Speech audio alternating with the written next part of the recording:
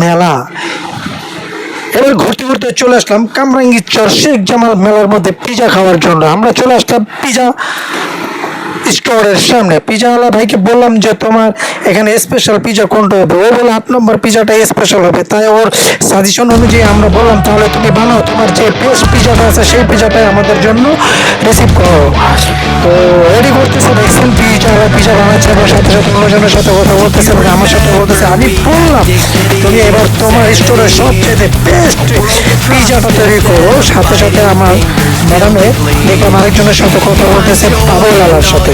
জানি না ওরা কি বলতেছে, যাই হোক পিজা তৈরি করতেছে, আমি লাইভ ভিডিও করতেছি। আপনারা দেখবেন অলরেডি চুলার মধ্যে পিজা চলে গেছে। কাঙ্ক্ষিত সেই পিজাটি আমাদের সামনে এখনই চলে আসলো। আপনারা স্ক্রিনে দেখতেছেন সেই কাঙ্ক্ষিত পিজাটি। যাই হোক অসাধারণ লোভনীয় লাগতেছে সেই পিজা মামার পিজাটি। আমার মিসেস এবং আমার শালি অলরেডি খাওয়া শুরু করে দিছে। কি হলো চেহারার কন্ডিশনটা এমন কেন, মনে হইতেছে ভালো লাগতেছে না, না গরম না ঝাল কিছুই বলতেছে না। আমি এক কামড় খেয়ে দেখলাম একটু ঝাল ঝাল। যাই হোক প্রথমে বললাম তোমরা একটু ম্যায়োনিজ লাগিয়ে খাও, ম্যায়োনিজটা মিঠা মিঠা আছে। তো ওরা খাইতেছে, খুব এনজয় করতেছে, মজা লাগতেছে।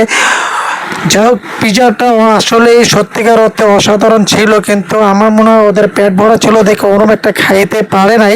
তো অবশেষে বোঝা গেল যে পিজাটা আসলে সুস্বাদু ছিল।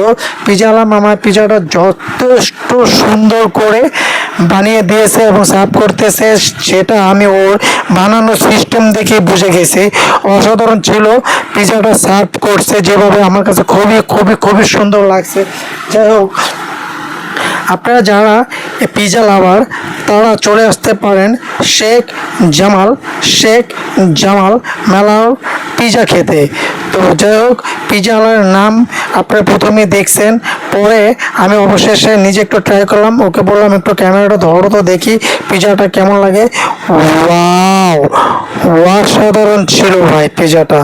যাই হোক একটু ঝাল ছিল, একটু ঝাল না হলে মজা লাগতো না। আপনার পিজার কালারটা আপনারা দেখতেছেন, সত্যিকার অর্থে পিজাটা অসাধারণ ছিল। আমার কাছে খুবই ভালো লাগছে এবং মজা লাগছে। যে যাই বলুক অবশেষে আমরা বাসার উদ্দেশ্যে রওনা দিয়ে চলে আসলাম। থ্যাংক ইউ গাইস, ভালো থাকবেন সবাই এবং নেক্সট ব্লগের জন্য আপনি আমাদের সাথেই থাকুন। আল্লাহ হাফেজ।